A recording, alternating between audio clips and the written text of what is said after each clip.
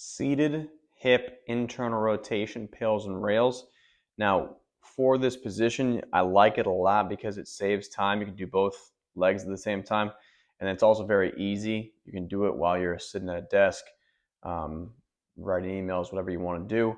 The key here is we still have to feel the stretch in the same part of the hip. So right down here towards the bottom part, which is where we're going to target internal rotation. So when you're setting yourself up here, the end goal is for you to be in a position that looks like this. That's the typical stretch.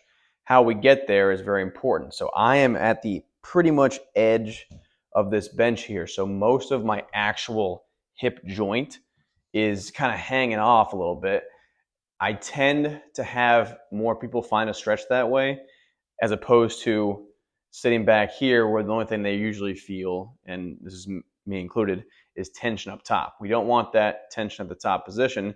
We want it down here. So in order to target that, we come more towards the edge, allowing the knees to relax together, and that gets me the stretch, and for most people, that gets them the stretch in the correct area.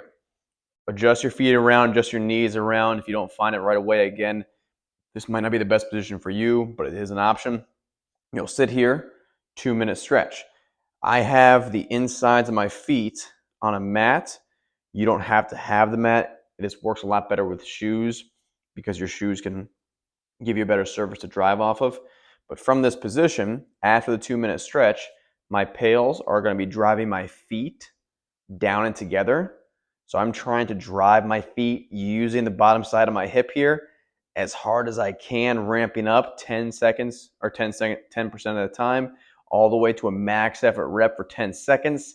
As soon as I'm done pushing down together, if that's my PAILS, my rails then is the opposite direction, where now I'm going to try to squeeze the top part of my hip here, drive my feet out and away from each other, pushing farther and farther and harder, and then relaxing into it. Just on that contraction a little bit, I'm cramping a little bit here. Breathe, relax, allow yourself to get a little bit deeper in that stretch, and then complete one more rep. When you're done, shake the hips out, similar to how you do it in a 90-90 or in a other kneeling position.